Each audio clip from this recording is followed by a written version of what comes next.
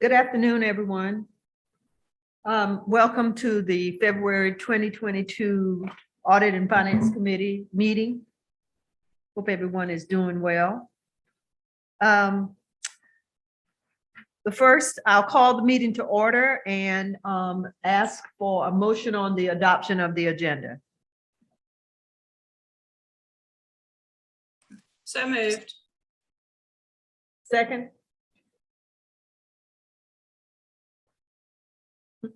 Are y'all not talking to me today? Can I get a second on the adoption of the agenda? Second. All in favor? Okay. Approval of the minutes. Are there any modifications, changes, or corrections to the minutes? If not, I will entertain a motion for approval of the minutes as presented. So moved. Second. Thank you. Joyce, Cindy, I'll have to abstain. Pardon? I said I'll have to abstain because I was not there. Okay. Thank you, Ms. Coates. The next item on the agenda is the spring 2022 bond anticipation notes, and Shauna and Ms. Clark will talk to us about that. Thank you, Ms. Green. We have our bond counsel on the call, Ms. Carol Clark, so we'll defer to her to walk through the program. Good afternoon, everybody. We are here with the 4 series of 2022 bond anticipation notes, very similar to what we did this time last year. We have the series 2022A bands will be issued in an amount not to exceed 63 million. And that is basically going to fund 4 different purposes. We'll be making the June 1st installment payments on the tax exempt installment payment bonds. We'll also be paying the fixed cost ownership. Sorry. We'll also be paying fixed cost of ownership out of these funds, as well as land acquisition in District 9. And then the 4th use of these funds from Series A is, you may recall, last year the board voted to finance to move up the funding for 3 schools that were previously approved as part of the Phase 5 sales tax program. Those schools being Morningside and Deer Park Middle Schools and AC Corcoran Elementary. While they were originally part of the Phase 5 sales tax program, the board voted to fund those through long-term 8% debt. And we are now looking to borrow just shy of 3.4 million to start the advanced design for those 3 schools. So that is all what makes up the Series A bond anticipation note. For Series B, this is a continuation of the Phase 4 sales tax program. And we are borrowing around 76 million, which will be used to partially pay down the 2021 B bond anticipation note. And the remainder of that bond anticipation note in the amount of about 65 million will be paid from sales tax proceeds on hand. This is the last full year of that sales tax program. And so we're using some collections that are on hand to help pay that down. And that program will end on December 31st of this year, and January 1st of next year, we'll move into the Phase 5 program. Last year, we had borrowed about 14.5 million to fund the early out projects for the Phase 5 program. We'll be issuing the Series C band this year to retire that debt, as well as to fund about 61 million in early out projects and about 7 million in early out maintenance under the Phase 5 program. And then finally, Series D, in an amount of around 1.5 million, is a taxable band that will be used to pay off the debt from the Series D band that was issued last year, as well as the June 1st payment on the taxable 2020 installment purchase bonds. Those bonds, because of some changes in tax law, had to be issued as taxable bonds. And so that is why we're having to issue a taxable ban to fund the interest coming due on those bonds on June 1st. So does anybody have any questions? Any questions for Ms. Clark on any of these issues or any of these bond notes? Can you just confirm the amount of new debt being issued? When I say that, i.e. not debt that will be paid back with sales tax proceeds from the capital program, and then not the debt that's retiring, obviously, other debt or being used for debt service. Well, I guess, Jay, you can help me with this, but basically the Series A, if you back out of there the 6.3 million that's being used to pay the June 1st installment payments, I guess what we'd be looking at is new debt would be approximately 51 million, which is fixed cost of ownership and land acquisition, as well as the 3.4 million, which is the the advanced design for those 3 schools. So that is what, about 54.5 million. Okay. And I guess that's really it, because then we get into B and C are both sales tax, and then D is just retiring the taxable installment debt. Gotcha. I want to confirm how I was looking at it was correct. Thank you. Okay. And those amounts will also be rolled into the Series A general obligation bond that we'll issue in November of next year. But Jay, correct me if I'm wrong, but I think all of that amount will be retired on March 1st of 2023. So basically no real long-term debt coming out of any of the new money. This is Jay Glover from PFM, the district's financial advisor, and I agree with everything that Carol stated just now in terms of the amount as well as the payment date. So nothing really to add here. Great, thank you. That's helpful. I just want to make sure, again, I was looking at it correctly. Thanks for the question. Any other questions from any of the committee members?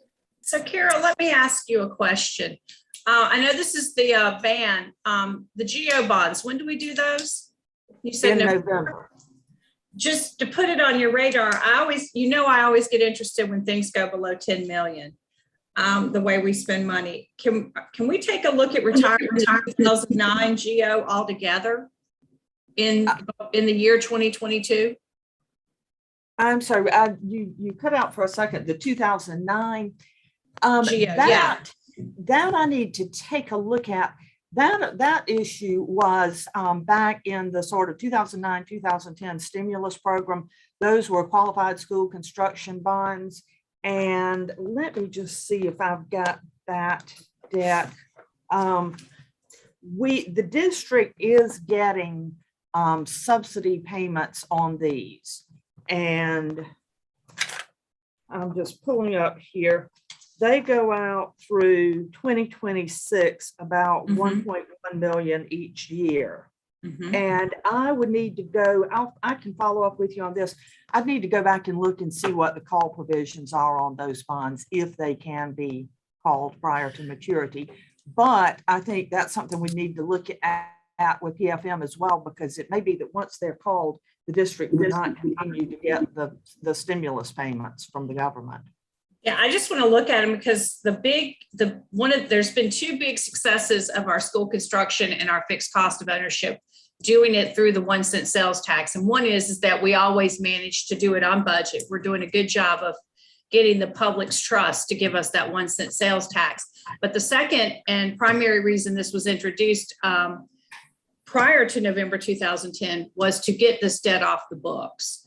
And 13 years in, it might just look good if CCSD could actually get some recent debt off the books based on 13 years of successful operations with that. So I just wanted to put that in your thought processes when we're going on to the GO bonds. Okay, we can certainly take a look at that. Okay, thank you for that, Cindy. Any other questions? If not, I will entertain a motion approval. Move to approve. I'll Second. All in favor? Aye. Aye. Okay, motion carries. Ms. Clark, thank you as always. Okay, thank you. The next item up is the fixed cost of ownership. Mr. Barori? Yes, ma'am. If y'all there can share screen so that I can go through the slides, folks can listen along with looking at the slides. There we go.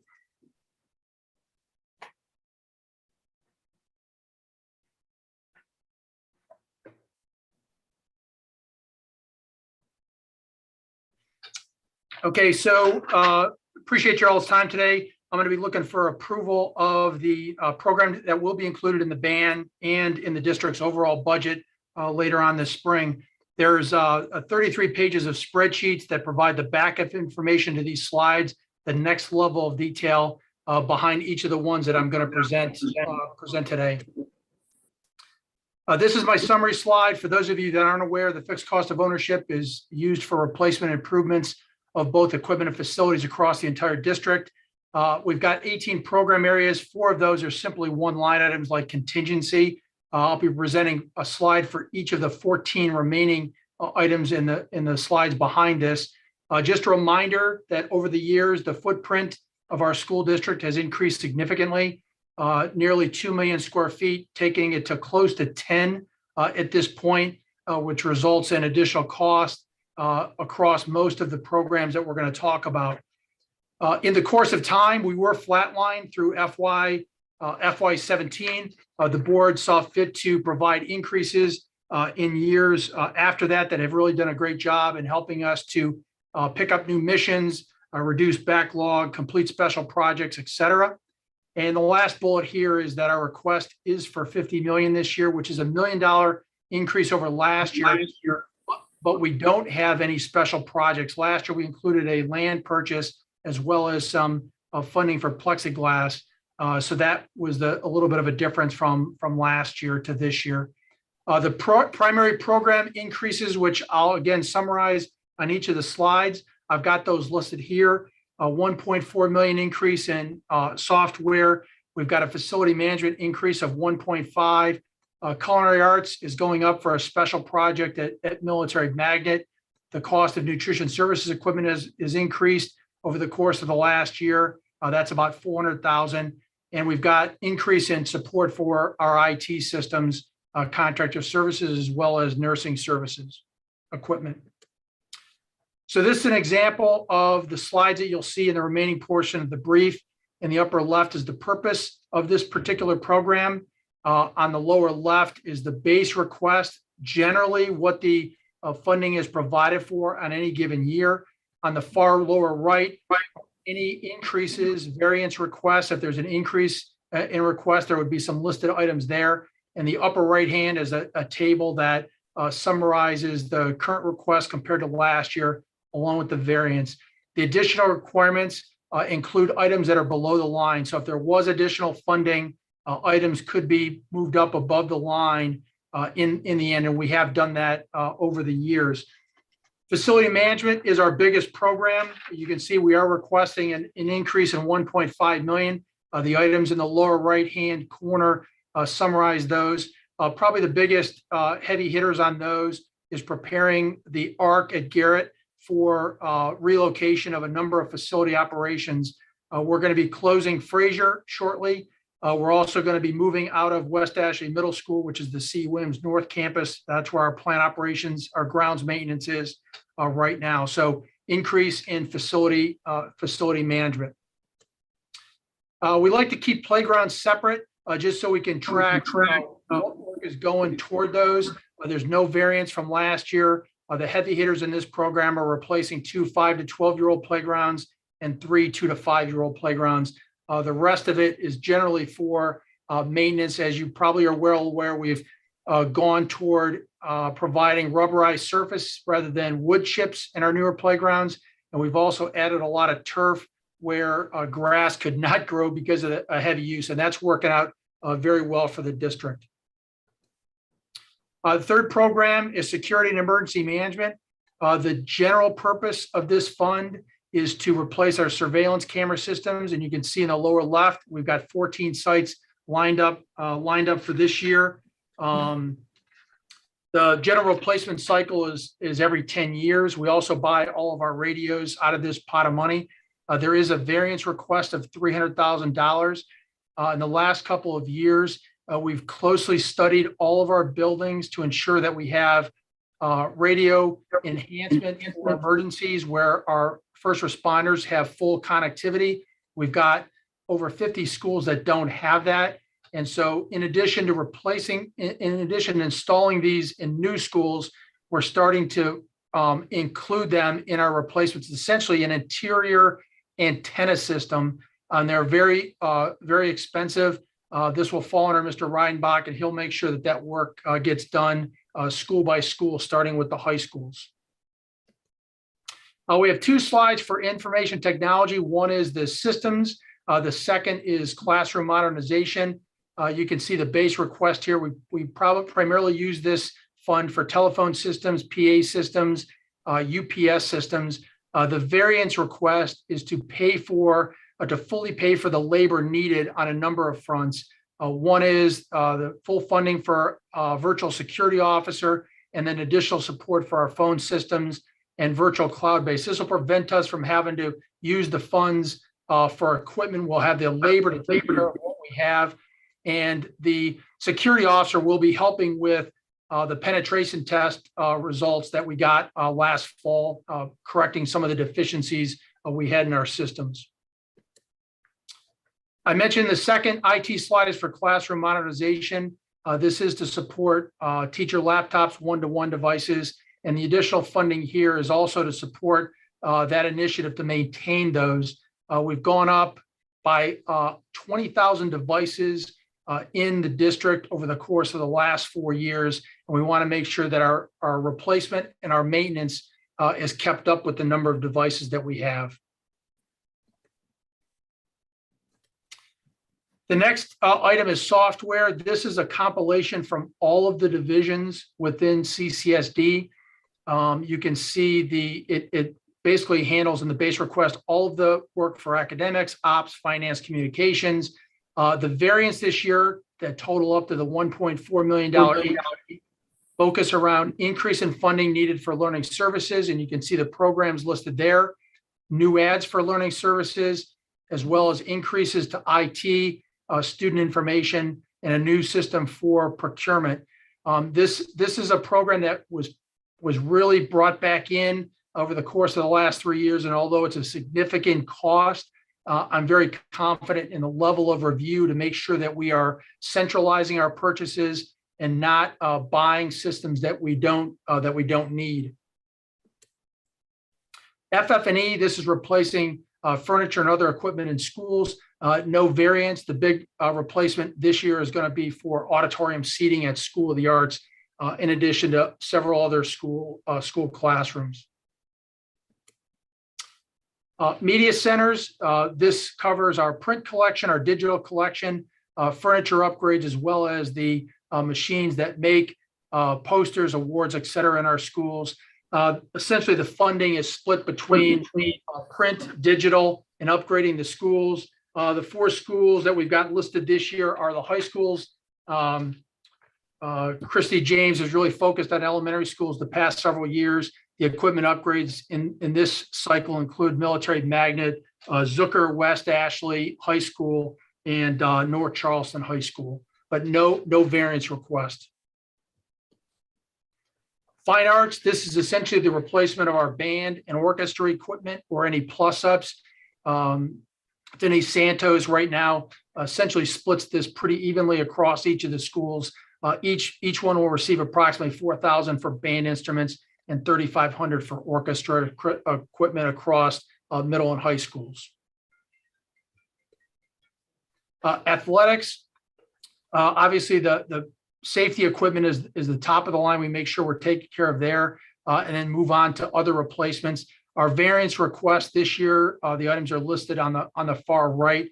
It includes adding lacrosse programs at Burke and West Ashley High, some equipment for Military Magnet, as well as the growth at Beckham for the additional grades. A couple of small things at Baptist Hill on the list as well for the variance request of $53,000. CTE, over the course of the last 3 years, we've put most of the resources into 2 huge projects. One is a complete replacement of the West Ashley Culinary Arts Facility. That's almost tracking toward completion this year. The next one on the list is Military Magnet, and we've got a plus up of nearly $900,000 after we did the complete cost estimate, the work that had to be done to create the space for that program. Once this program is complete, we'll be able to bring that CTE cost back down. Again, for the last several years, it was for a plus up for the 2 big projects. Planning and real estate, they handle our auditoriums and our regional stadiums. This is for the general replacement of equipment in those facilities. No variance from last year. Transportation, this is for the activity buses as well as the cameras and radios in our other buses. Right now, we're looking for a plus up to add 2 activity buses to our after school learning program for Kaleidoscope. School nutrition services. This is to buy the kitchen equipment in our schools. I mentioned at the beginning of this brief that we had a significant increase in the cost of equipment that we've realized this past year, and we're hoping to buy the same amount of equipment this year with this variance plus up of 444. And lastly, but certainly not least, nursing services. We added this program last year for the first time. The base request is for the vision screeners, which we replace on a regular basis, and then the vital signs monitors. We included that in the base request as well as the variance request to provide a new piece of equipment, a replacement for the existing equipment in all of our schools, as well as a mobile vaccination van that would allow for the team to transport our vaccinations from school to school, making it very easy for our students to get caught up on vaccinations they weren't able to get through the private sector. And that summarizes the program, subject to your motion for approval. Are there any questions for Jeff? The slides really helped me, Jeff, when I was going through this, so thank you for providing that information. Are there any questions on any of these areas? So I have a couple of questions. Okay. So just, I guess my first overarching question is, if you look at last year's presentation in February of 21 and this year's presentation, for lack of a better word, your quadrants on your presentation slides, which are spectacular, your base request in the bottom left tends to be the same words over and over again. So like for security, it was mobile vehicle command and control equipment. Is that really just that we have to purchase new each year, or are you maintaining what we purchase and that's just how you phrase it?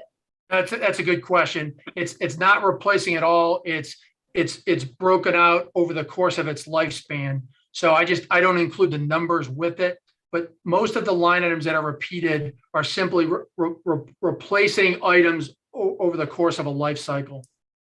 Perfect. So a lot of the IT slides, particularly slide number 6 and number 7, I'm sorry, Tom, I see you down there. It looks like we're buying people. And I want to find out one of those. I can't remember exactly what it says, but it seems like it's an employee. Is that employee always going to be funded out of this? So just kind of wanting to know how we're adding salaries in this on fixed costs and what repercussions that could have on the general operations side. So this was reviewed very closely with finance to make sure that it was in support of the fixed cost of ownership program. Almost all, if not all, of each of the individual programs have some portion of some labor that are paid for out of this program. I just don't list it on every slide. I listed it on the IT slides this year because it was a part of the variance, but we basically take a hard look at every position that manages FCO. And if there's a portion of an individual or an entire individual that can be accounted for, we charge it the fixed cost of ownership. And every year we reassess that to make sure that we are being accurate with it, so that if anybody comes in and says, okay, you're spending so much amount of money on a particular labor line item, like say for facilities, we can go through facilities and look at each person that's being charged a portion of the FCO and be able to show by time how much they spend in FCO. So as an example, Ron Crops's time is split between FCO, GOF, and sales tax. So we actually look at his entire day and say, okay, here's the rough percentages that can be attributed to each program. And in this case, we do assign people to FCO. Secondary to that, I think my question is, how many new people coming onto as CCS staff? And I saw a lot of contract labor. I just want to know if it's multi-year contract labor we're committing to. And I'm only interested in the ads, because I know we've got that base. And Ron, we're happy to pay you no matter where it comes from, honey. But the ads, how many people are we adding to CCSD's rosters in these FCO one-ups? So, and I got Tom on the line, and he could say, bro, you're way off base, and please do so if I am. But it's my understanding that we're not plussing up individuals. We're simply going to use fixed cost of ownership to rightfully pay for the individuals that we have, so that we allocate resources to the equipment that's being used for the labor now. So I don't think, Tom, correct me if I'm wrong, we're actually adding any bodies to IT. That is correct, sir. We are not adding bodies. This is all contract labor to supplement the work that needs to be done that we cannot have, that we don't have FTEs to do the work for. Okay. And there's no obligation to those long-term. Thank you. So the other thing is school resource allocation requests, the RARs. Are these like when schools call me up and say they got a water fountain that's broken? Is that what you're just putting in a little buffer there for the unexpected of what a school's going to call you and need? Right. Those are for all of our resource allocation requests that come in over the year. Okay. And two last questions. The 877, is that totally for the culinary arts at Military Magnet? That's the plus up needed. But we're going to, but I want to make sure Military Magnet's getting the same thing the other schools got. So that full funding is going to get that culinary arts on the same. Thank you, Ron. I hear you. You know what I'm asking, on the same par as the other programs. And the last question, the mobile vax van, is what vaccinations are we doing? That's a good question. So because I don't know that coming as someone who's got 2 grandkids in quarantine right now, I understand COVID and the COVID vaccinations, but I also understand at this point it's not mandatory. So we're looking at a multi-year purchase. Just want to know, are we going to get our cost value out of that in 5 years? Yes, ma'am. This is not for COVID. We may be the only school district in the entire country that has a federally approved program called Vaccination for Children. So we have a nurse that is authorized to give any of the vaccinations that are needed for schools by law. We store those vaccinations, we distribute those vaccinations. And so this van would allow that nurse to get around the district, not have to bring all of that gear into each school, find space in that school, and spend absorbed amount of time to get set up. What will happen is the school, in advance of the vaccination van showing up, will have the approval forms from the parents to have the vaccinations done. The children will be walked out, just like we've done Vision to Learn, with the glasses, and receive the shots that they need. We're probably running, we have probably 1,500 kids in the district that are short on shots right now. And a lot of that has to do with COVID, but even without COVID, we're deficient, where kids just haven't got the vaccinations, and we don't want them to be pushed out of school. This is a great opportunity to get them caught up to speed, to protect themselves and others for all of the shots needed in school. That's excellent. It sounds like it's actually going to be an efficiency improvements. Thanks, Joe. Yes, ma'am. And on that same note, Jeff, just before I ask for any other questions, on the nursing, the variance request, explain what it means when you say for our students that do not meet the state requirement for attending school. So technically, if a student does have the vaccinations that are required at some point, and I'm not sure if it's 30 or 90 days, I don't have Ellen on the line, but we should be telling them they can't come to school until they get the vaccination. This will allow us to give those shots without forcing them out, basically. Okay, I got you. Okay, what about other questions from other committee members? A lot of information, but we'll take time for your questions. Any questions from any of the committee members? Okay, I guess Jeff, you did a great job with explaining that. We got a lot of great leaders that are keeping me educated. So I will entertain a motion on the fixed cost of ownership project list. Move So to moved. approve. Second. All in favor? Aye. Aye. Okay, thank you, Jeff. The Yes, next ma'am. item is an information item. Ron, are you there? Yes, ma'am, I'm here. Yeah, this is information about an early out program of about 46 design tasks and 4 execution tasks as an early out program for phase 5.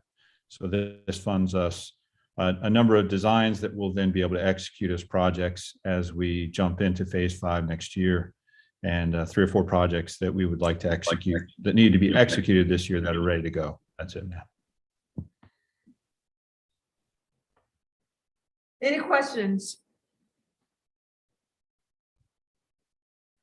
If not, thank you, Ron. I was thinking you had the next item too, but you don't. Okay, so thank you for that information. The next item is Ms. Shaw on the 2023 through 2028 capital programs, phase 5, early out. Yes, ma'am. Thank you very much. So for the Capital Programs Department, this request is for 22 projects as a part of Wave 1 for the Phase 5 sales tax program. We also have 2 projects listed under Wave 2 that we plan to begin activities on for this band. We have, in addition, to ensure that the district-wide project Wando High School is completed for this summer of 2022, we would like to include the $2.5 million as a part of the early out budget. This increase is associated with construction market inflations, pandemic supply chain shortages, as well as availability in materials, labor, and equipment.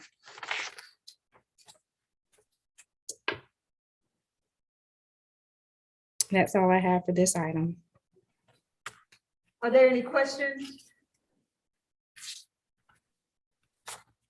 Okay, you can keep going because you have the next item as well, Ms. Shaw. Long-term debt projects. Yes, ma'am. So for the long-term debt projects, we have 3 projects listed in the attachment that we're requesting $3,390,000 for as a funding source for long-term debt. Thank you, ma'am. And you say you're requesting, but this is coming to us just for information, right? I mean, you aren't asking us to approve anything. That's correct. Yes, just information only. Okay. Are there any questions about the long-term debt? Early out? Okay. The monthly capital projects report. Joyce? Yes, thank you, ma'am. I'd like to present the December 2021 capital projects report to the committee, please. The revenue collections for the 2017 through 2022 capital building program, phase 4, were $3 million over our projection. The expenditures for the 2010 through 2016 Capital Building Program Phase 3 were $16,000. The expenditures for the 2017 through 2022 Capital Building Program Phase 4 were $3.2 million. The expenditure for the 2023 through 2028 Capital Building Program Phase 5 were $442,000. The capital maintenance 8% funding, the expenditures were $412,000. The FCO fiscal year 22 program has commenced and will be wrapping up at the beginning of May. Are there any questions? Any questions for Joyce?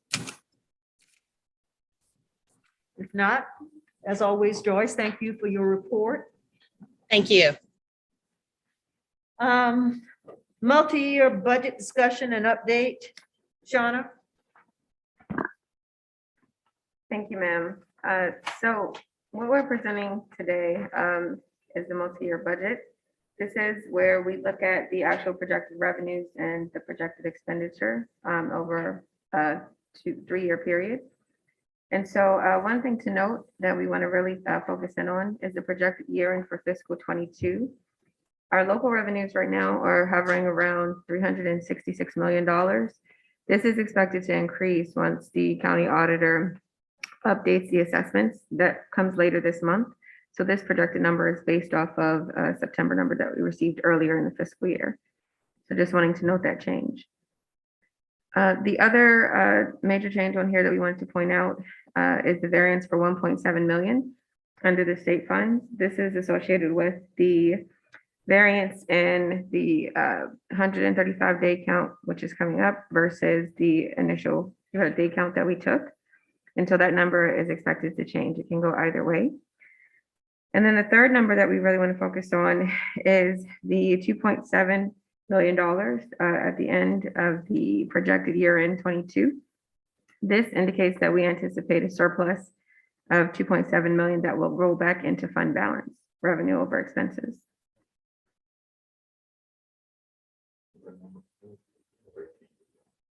And it will change, yes. The number will change, just caveating that again, that number will change based on the increase to the from the county auditor that we anticipate from the assessments later this month, and also whichever the state enrollment settles at the 135-day count.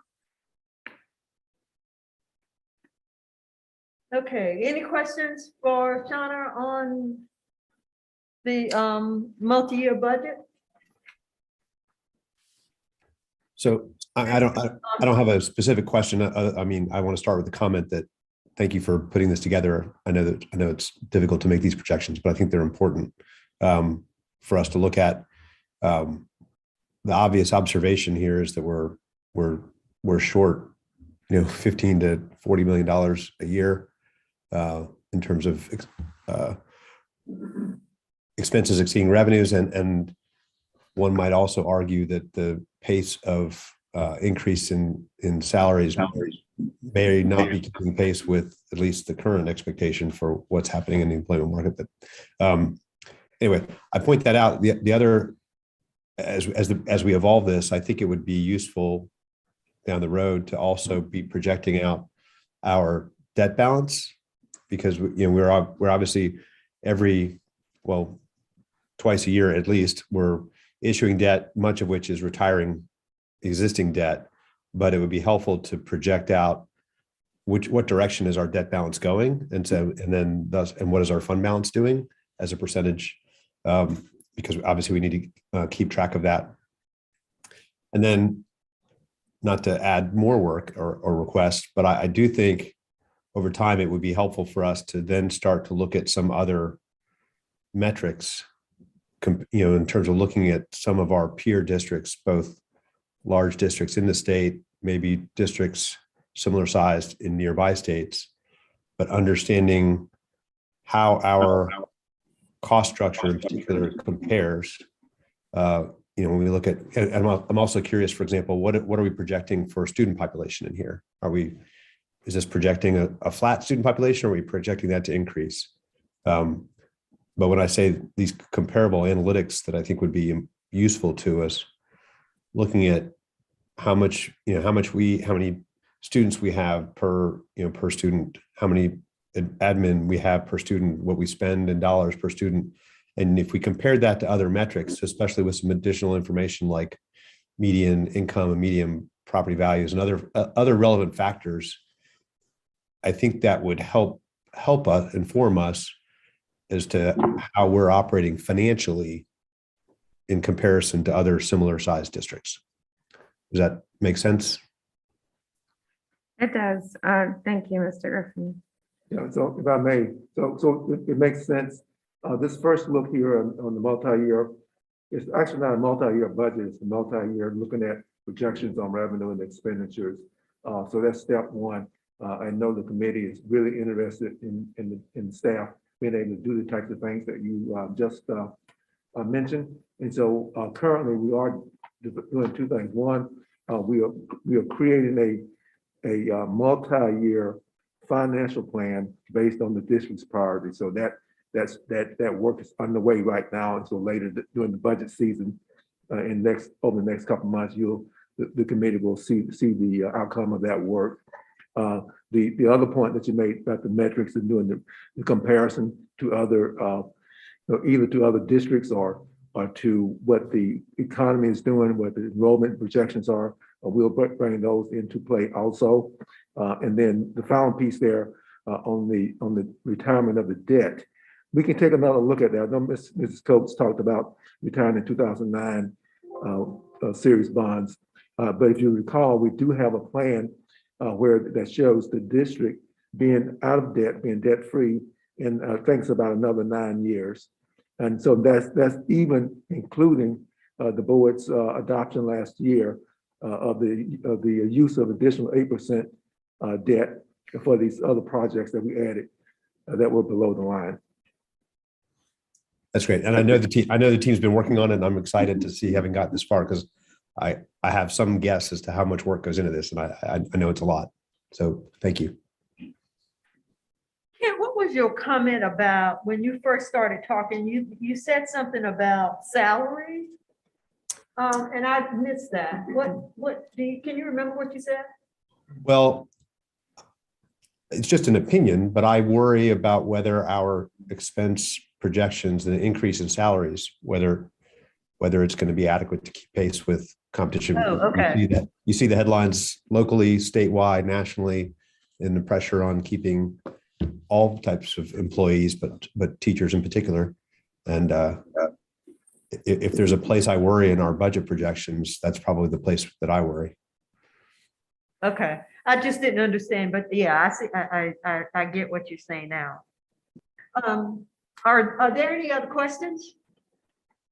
Don and Shauna and the rest of staff, thank you for starting this, because I know we talked about it. So thank you for the work that you're doing to give us this information.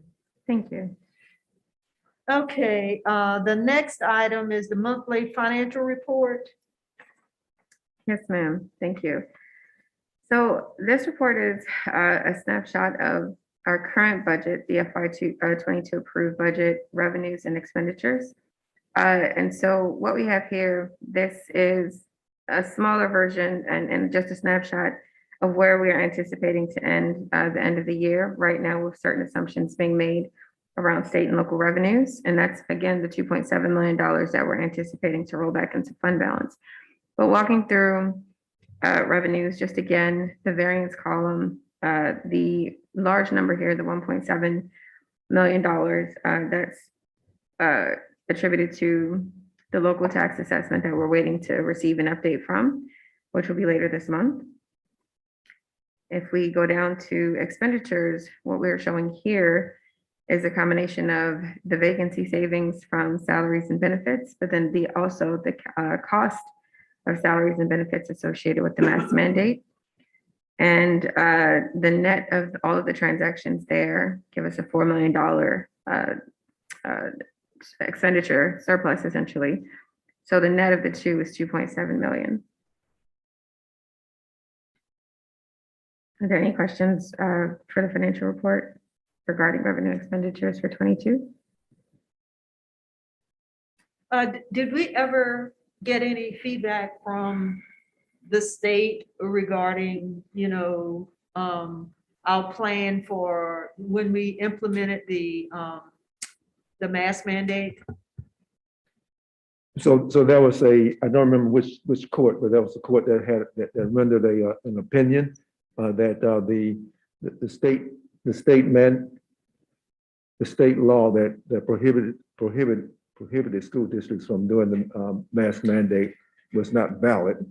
So we do have that reading, but our general counsel says that is subject to being overruled. And so we're taking more of a conservative approach and not using state FY22 state appropriations for the mask compliance. And we still are doing that. Well, that's correct. So we, as you know, we have the board has voted to extend the mask Right. compliance until March 14th. So during that time period, we will still continue to do that. Okay, all right, thank you. Are there any other questions regarding the financial report? So is there any movement on reimbursements? If you remember, there was at the start of this, going out of the states, there were some federal reimbursement potentials in the form of grants regarding masks and all those mandates or COVID related things. Have you looked into the ability to recoup some of those costs back into our fund balance from those sources? A couple points. One is so we link into some of the national discussion on that through the Council of Great City Schools. So that's a monthly meeting with the CFOs with the Council of Great City Schools. There's a monthly one. I think there are 2 weeks actually with the superintendents. And so for those states like the state of Florida, I think that had indicated that they may withhold salary payments for superintendents and others that were involved with the mask mandate. There's been discussion at the national level about reimbursing those schools. To my knowledge, there has not been a substantial amount of effort on trying to reimburse in other instances. But for our particular case here, if you take a look at the monthly financial report that Ms. Williams just went over, so I think the number that she gave was $4.7 million for the salaries and benefits but what that's comprised of is the typical vacancy savings from vacancies during the year, plus the fact that if for those employees in the district whose salaries are being paid differently than the FY22 budget for the mask compliance, that means then that in the FY22 budget, that cost, the salaries and the benefits are being underspent. And so what will happen at the end of the fiscal year when we close the books is that those underspent dollars then will roll back into the general fund. So now we're using general fund dollars to fund these salaries and benefits. And that means we are underspending the FY22 budget, and any underspend on the FY22 budget then at the end of the fiscal year would roll into the fund balance. All right, so we're going to make up the difference when we take the money from 22 and put it into fund balance. It's just going to reimburse ourselves. I'm just wondering if there's a way or a path for reimbursements based on some of the federal legislation and federal executive orders, regardless of how we roll it and repay ourselves. Is there any reimbursement for us having to expend that money outside of our fiscal 22 budget? At the federal level, is there any opportunity for reimbursement? So part of the work means we get $3 million extra dollars, and I'm okay with that, but that's what I'm asking. I understand. So part of the work of the Council of Great City Schools, they have a legislative department, and part of their work is to engage with the U.S. Congress around legislative issues that relate to K-12. And part of that work this year is the idea of how schools are funded and some of the challenges associated with the COVID. So again, at this point, I haven't seen anything from that group that indicates that that the Congress would the federal government would do a reimbursement, but I know the lobbying effort is underway.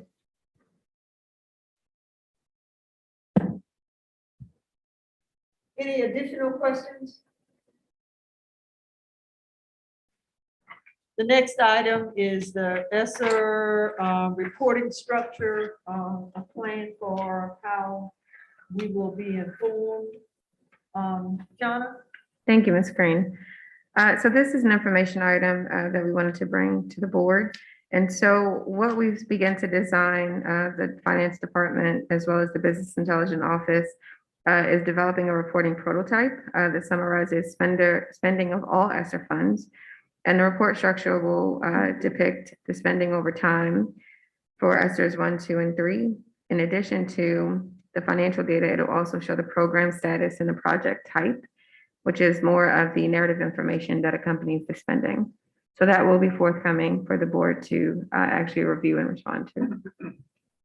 What do you mean when you say project type? I mean, So academics or? correct, Yeah. all of those things. So if there's academic programming or there's something related to a school initiative, staffing, professional development, HR initiatives, those different indices will be reported out. And so we'll be able to have a narrative of what's happening with those particular indices, as well as the financial information attached to it, original budget, spent to date, variance, et cetera. And initially, will you show, for instance, what the organization requested and what you actually funded? Yes, ma'am. So you'll see the original budget and then any amended budget as a part of that. And then spend to date and the remaining balance for those particular line items. So, Claire, just make sure I understand the question. When you say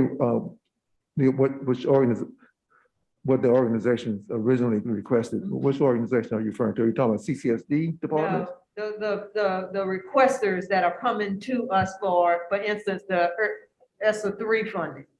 Yeah, so this report that's being, as Sean is talking about, is a development of a way for the district to be able to track the funds Oh, and two different things. and report on whatever initiatives that will be funded by these funds, to be able to track those budgets and the actuals against them and where we are. Okay. Okay. Okay, I'm thinking something totally different. So, okay. So Ms. Williams, given the reports for ESSER 1 and 2 that are on the State Department website, where we know how much of the 13 million out of ESSER 1 has been spent in Charleston County, it's been published from your quarterly reports. Mhm. What's the turnaround time on just getting that kind of stuff on our website? I mean, The quarterly reports or the Go new to the- report? I'm talking about, I know the new report needs to be a structure for budget reporting, variance, et cetera. But your historical ESSER 1 funds and those 7 quarterly reports that you've already sent to the State Department of Education, it seems, I'm just wondering how quickly we could get historical information to begin calibrating this. You know, the district board does not have access to the ESSER 1 fundings yet, but they're on the State Department website. We could pull them pretty quickly and you could flush them out with uses. So, Ms. Coates, I didn't understand. I didn't hear the last part of that. You say we can flush it out to do what? So I know you probably want more detail than what it has on the State Department's Excel spreadsheet, because it says administrative, learning services. It's very broad, but it would be very quick and easy. Nothing's easy, but for ESSER 1, given that data already exists in the dollar format, that you created it because you sent it, how quickly could we create the historical data? I understand the need to build a product for ESSER 3 that kind of takes us forward, but the expenditures for ESSER 1 are already out there. How hard or how quickly could you turn around a report that tells us what that has been spent on? Well, so I'll check tomorrow with the finance department and the business intelligence department. Those two departments are designing the report that Shauna was talking about. And so at some point, once that's designed, I would imagine that it would be, I mean, very easily, relatively easy. I'm assuming push a button and capture the actuals every month, whatever period of time. And so we can take a look and see how we can pull that together, the historical, the ESSER 1, the COVID. The first 13 million, it would probably go far in this environment. if we could relatively quickly tell the public what we spent that first 13 million on. That first got recorded, the first quarter reporting was June of 2021, I believe. But I'm just thinking from a standpoint of the public has these questions, that's pretty low hanging fruit. It's spent, it's recorded, it's already been categorized, it's already sitting in an Excel. Just from a standpoint to show the public that we really did do well on those expenditures, I'm wondering if we could get a historical set out pretty quickly. I think it would help getting faith and trust as we try to move forward into that behemoth that is ESSER 3. I think I understand what you're requesting. You're not requesting the information as is currently is formatted on the State Department's website. You want it in a different format. I don't care if it's in that format, if you believe that's detailed enough to publish on our website. I'm just saying it would be good to make that information as readily and quickly available to the public.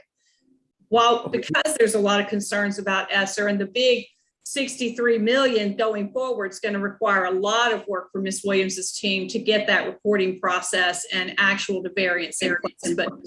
But regarding the historical data, could we get some of that information on our website relatively soon that says, hey, we did get 13 million and we did spend it appropriately on these items and we know where the money went? Yeah, so we can do that tomorrow. Yes, if the format that's on the State Department's website is what is what you're asking for, we can actually do that tomorrow, I would imagine. So I'll follow up on that. Yeah, I mean, it should be as simple, what Cindy's saying, it should be as simple. If it's an Excel spreadsheet, you should be able to take it off the State Department's website, download it, and then import it internally to CCSD and create your own easily user interface showing the same information, using a tool like Power BI or some of the other reporting tools very easily. Okay. Okay, Thank you. thank you, Cindy and Stephen. Are there any other questions about the ESSER reporting structure? If not, that concludes the open session items. We have a couple items to discuss in executive session, so I will ask Mr. Barodi and Ms. Barnett if you would stay put, and we will and ask everybody else if you would sign off for us, please. Thank you.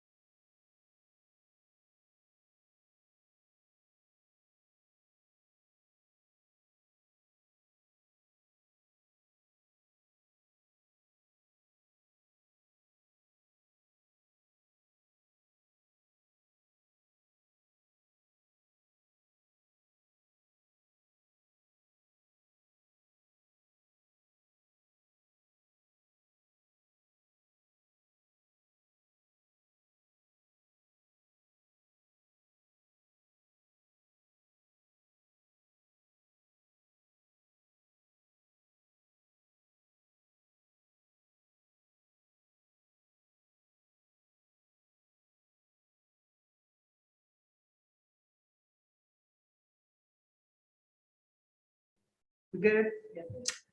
Okay, so we are back in open session. We had two items to discuss in executive session, and I will now entertain a motion on the first item dealing with a contractual matter in District 1. So moved. Can I get a second? Second. All in favor? Aye. Okay, so that item carries, and the second item is a contractual matter, District 9. Move to approve. Second. All in favor? Aye. Aye. Okay, both of those items carry. So the board agenda items are item 4, 5. Help me here, y'all. 4, 5, 9, and 11. And the 2 executive session items. Okay, very good. The next meeting is March 1st. Same time, same place. Thank you. Any questions before we adjourn? If not, thank you guys, as always. Enjoy working with you. Have a good month, and we'll see you in March. Thank you all.